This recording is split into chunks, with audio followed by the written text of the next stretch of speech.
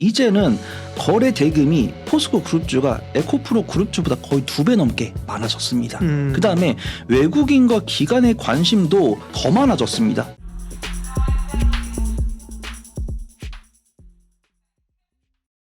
예민수의 경제토크 퍼스트 프라임 리서치 손여러 팀장님 모셨는데요. 예, 포스코 그룹주 얘기를 하겠습니다.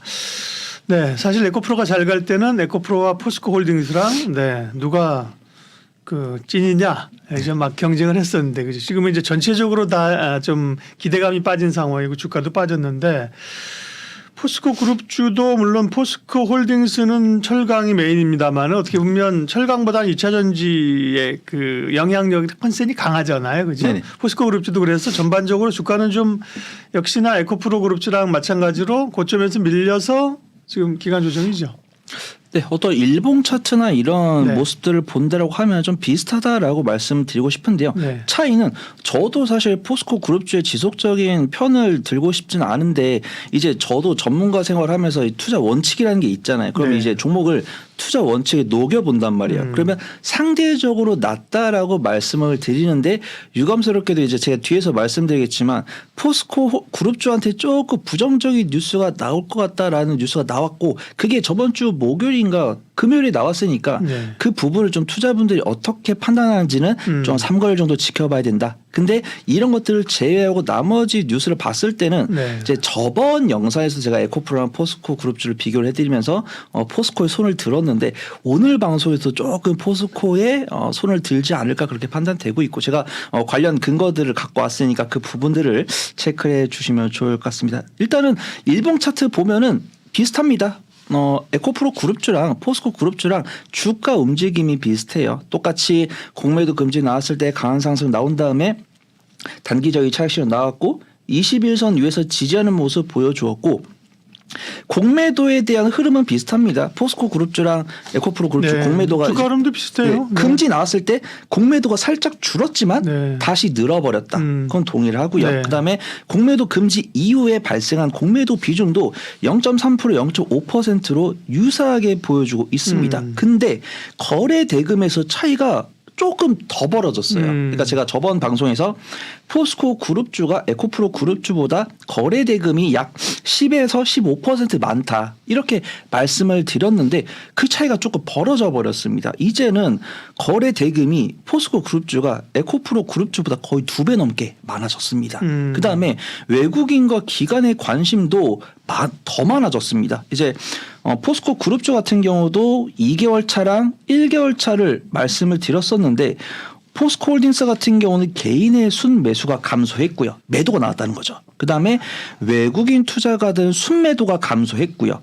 기관은 순매수로 전환이 되었습니다. 그러니까 2개월치를 했을 때는 기관이 순매도였는데 1개월치는 순매수로 전환했으니까 매수세가 들어왔다는 거죠. 그다음에 외국인은 2개월치를 쪼았을 때랑 1개월치를 쟀을 때 동일하게 순매도지만 순매도 금액이 상당히 줄었습니다. 그다음에 개인은 순매수가 감소했으니까 팔았다는 거죠. 그래서 외국인 같은 경우는 2개월치를 했을 때는 약 4,500억 가량 순매도였는데 지금 1개월치 했을 때는 외국인이 2,064억 원 순매도니까 약 한 달 동안 2,500억 원을 매수를 한 거고요.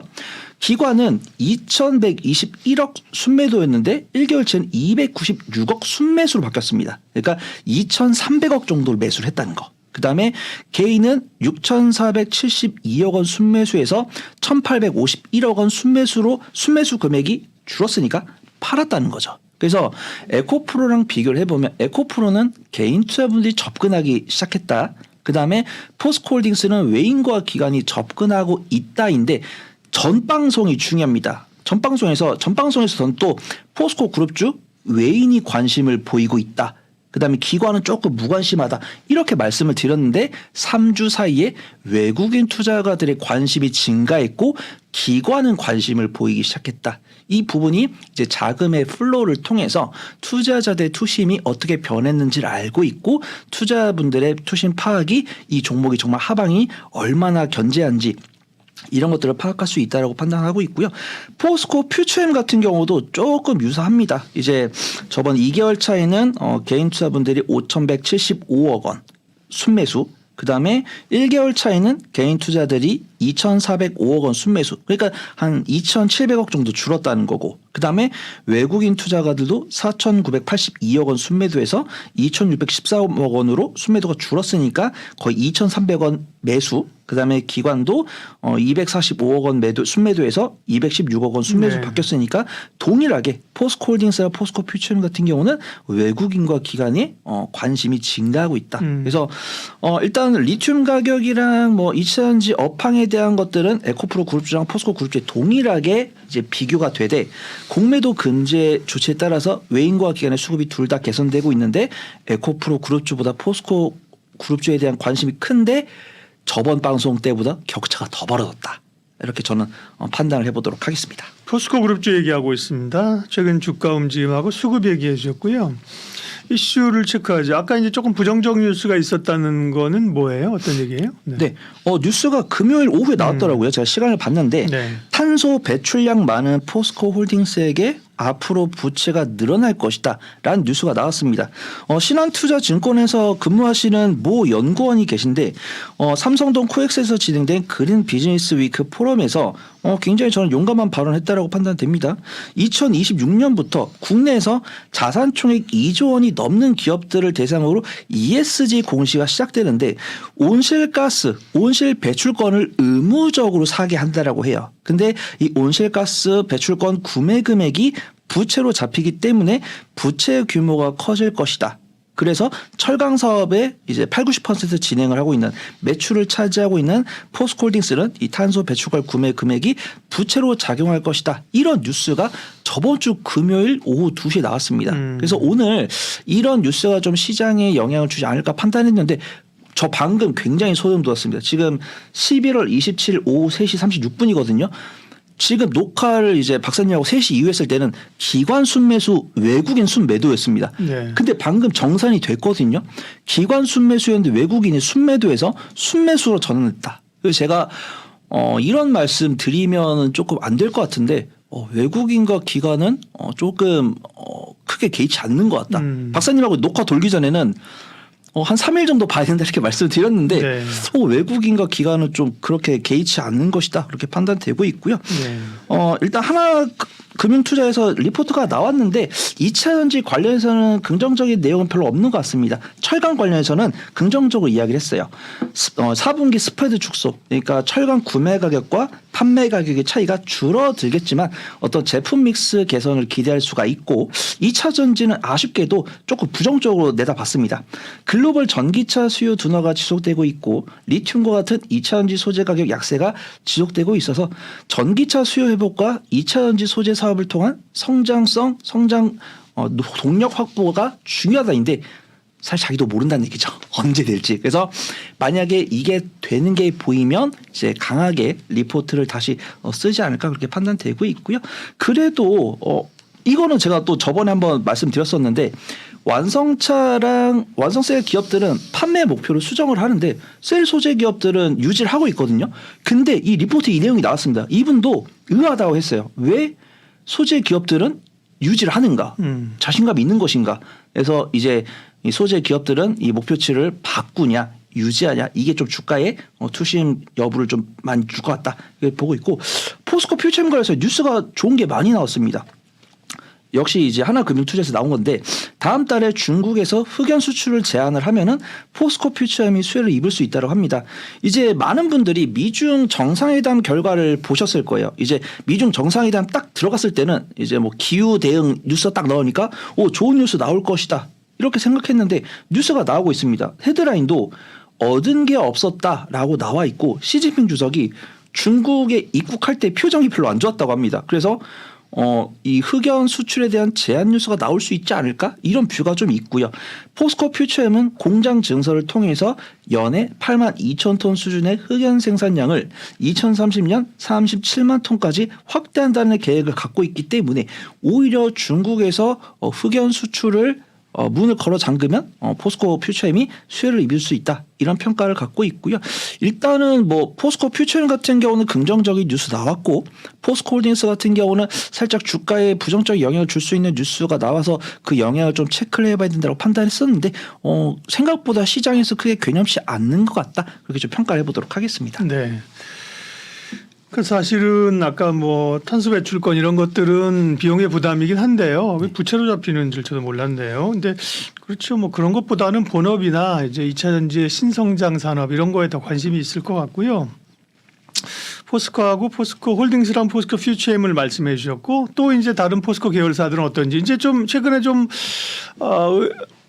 안타깝다 그래야 되나? 다 그냥 포스코 그룹주들도 2차 전지주로 묶여가지고 같이 그죠? 네.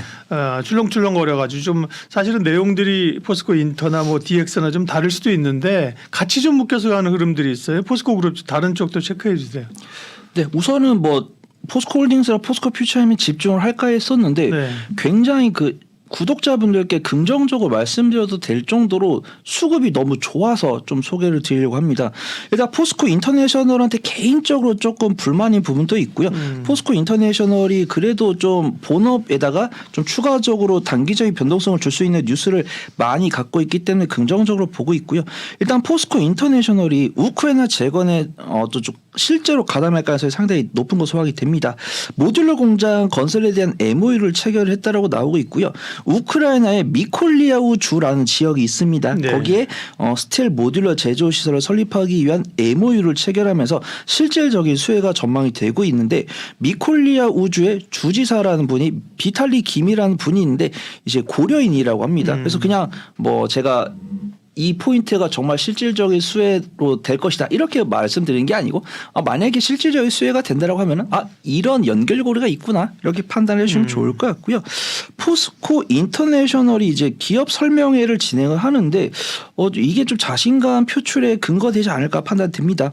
미국과 영국에서 기업 설명회를 개최하고 해외 기관 투자자들 대상으로 IR을 진행을 했는데 포스코 그룹주 중에서도 실적이 굉장히 잘 났습니다. 포스코 DX도 잘했는데 포스코 인터내셔널 굉장히 잘했습니다.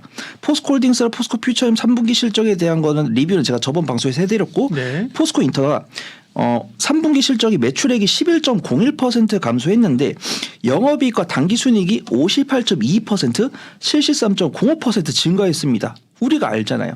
철강 가격이 조금 최근에 오른 모습 보여줬어도 예전에 러우 사태 발생했을 때 대비해서는 여전히 박스권 저점이 있기 때문에 포스코 인터내셔널이 실적이 잘 나올까? 이런 의문점이 있었는데 철강 업황 둔화에 따라에도 불구하고 어떤 미얀마 가스전의 판매량 회복과 발전 부분의 계절적 성수기 진입 등이 호실적에 좀 영향을 준 것이다라고 판단되고 있고요. 포스코 인터내셔널이 유보율이 꽤 괜찮은데 배당을 사실 1.5%밖에 안 줍니다. 그래서 만약에 올해 안정적 실적을 발표한다고 하면은 배당 수익률이 올라가지 않을까 그렇게 판단하고 있는데요. 이런 부분을 제가 조금 더 명확하게 확인이 되면 우리 구독자분들께 소개를 드리도록 하겠습니다. 두 번째는 포스코 DX를 볼 건데요.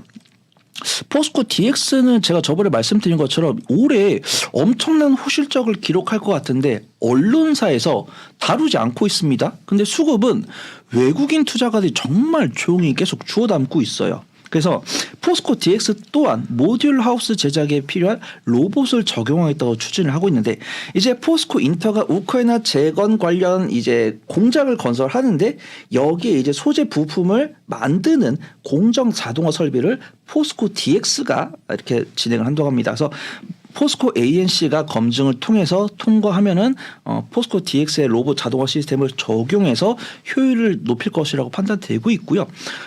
금양과 포스코 DX가 MSCI 11월 지수에 편입이 됐습니다. 보통은 이제 지수 편입을 일정주 관점으로 접근하시는 분도 많이 계시거든요. 예. 그래서 뭐 코스피 200, 코스닥 150 편입, 그다음에 뭐 MSCI 11월 지수 편입 이런 게 보통 편입일 2주 전에 나와요. 근데 사실 나왔습니다. 근데 투자분들이 관심을 안 두고 계신 것 같아요. 근데 이제 뭐 일정주 관점으로 접근하기에 조금 시일이 부족한데 수급 동향을 보면은 어떤 개인 투자분들이 접근하기보다는 이제 외국인 투자가들이 접근을 하고 있기 때문에 조금 유심히 봐야 되지 않을까 그렇게 판단되고 있고요. 일봉을 보면 조금 부담스러울 수 있는데 충분히 올해 발표될 실적 그다음에 내년에 발표될 실적을 본다고 하면은 저평가 영역에 들어갈 수 있기 때문에 좀 유심히 봐야 되지 않을까 그렇게 판단합니다. 네, 포스코 그룹주를 에코프로 그룹주하고 오늘도 좀 비교를 해주셨는데 에코프로에 비하면 포스코 홀딩스는 수급이 상대적으로 좋다. 네, 그다음에 거래 대금도 더 양호하다. 그런 포인트를 잡아주셨고요. 그러면 이제 또 선택의 순간이 왔어요. 네, 포스코 그룹주 가운데서 네, 지금 시점에 관심주는 두구두구두구두구. 아까 너무 많이 흘린 것 같습니다. 네. 포스코 DX를 딱 10%만 말해야 되는데 네. 30%까지 말한 것 같습니다. 나머지 70% 말씀드리도록 포스코 하겠습니다. DX, 예. 네, 우선은 포스코 인터가 중장기적으로 접근하실 분야고 한다면 포스코 인터 기술적 위치가 좋다. 근데 네. 이제 우리 영상을 시청해 주신 구독자분들 조금 빠르게 수익을 가져가고 싶으실 테니까 포스코 DX가 상당히 좀 매력적일 것 같다라고 판단되고 있고요. 이제 MSCI 지수 편입 말씀을 드렸는데 수급이 이제 지수 편입이 되면 약 1,000억에서 2,000억 정도 수급이 들어옵니다. 근데 제가 지금 최근 일주일 이제 11월 15일에 뉴스가 나왔으니까 최근 일주일 수급을 합쳐봤더니 500억 정도 됩니다. 그러니까 앞으로 외국인 수급을 네, 얘기하시는 외국인 거죠? 수급이 외국인 500억 수급에서. 들어왔습니다. 그래서 앞으로 1,500억이 더 들어올 수 있다. 이렇게 좀 말씀을 드리고 싶고요. 오늘도 정산 수급 보니까 왼수 매수 찍혀 있습니다. 그 다음에 소름 돋는 게 이거는 제가 올해 포스코 DX 실적이 정말 잘 나올 것 같다라고 말씀을 드렸는데 네. 이미 올해 상반기에 작년치를 다 했고요. 그다음에 2분기를 뛰어넘는 3분기 실적을 발표했습니다. 그다음에 4분기도 3분기와 버금가는 실적을 발표하면은 이제 전년 동기 대비 실적이 2배 정도 나오거든요. 그러면 업종퍼가 90 정도인데 현재퍼가 180 정도 됩니다. 그러면은 이게 2배가 되면은 이제 90이 되겠죠. 그러면은 높네요. 이제 업종 대비 저평가. 이제 이것도 네. 네, 이제 약간 박사님 약간 좀 안정적인 뷰고 저는 네. 약간 좀 멀티플을 요긴 합니다. 2차 전지는 네. 좀 멀티플을 줍니다. 그래서 이걸 2차 전지주로 볼 수 있어요? 포스코 DX를? 2차 전지 7, 로봇 네. 3 정도 보고 있습니다. 예. 그래서 좀 그렇게 보고 있고 그래서 네. 그러면 약 업종 퍼 대비 약 0.8에서 1.2 정도 사이에 들어오는데 이제 뭐 좀 2차 전지 엄청 좋아하시는 분들은 뭐 멀티플 3배 말씀하시는데 저는 약 1.5배에서 2배 정도 줄 수 있다고 판단되거든요. 그러면은 PBR로? 퍼로 봅니다. 이제 업종 대비. 예, 그러니까 업종 네. 대비. 네, 지금 갑자기 뭐 80배 얘기하다가 뭐 2배 얘기하셔가지고, 네. 제가 이제 업종퍼가 90인가 80이었고 이제 포스코 DX 현재 퍼가 180인데 실적이 2배가 되면은 이제 2023년 실적 기준으로 이제 재정산을 하지 않습니까? 네. 그럼 이게 이제 이 퍼도 이제 90으로 떨어지면은 이제 업종퍼랑 비슷하니까 저는 이제 2차 전지를 70%를 주니까 2배를 볼 수 있다고 하면은 주가 상승 여력이 남았다. 이렇게 저는 보고 있습니다. 네.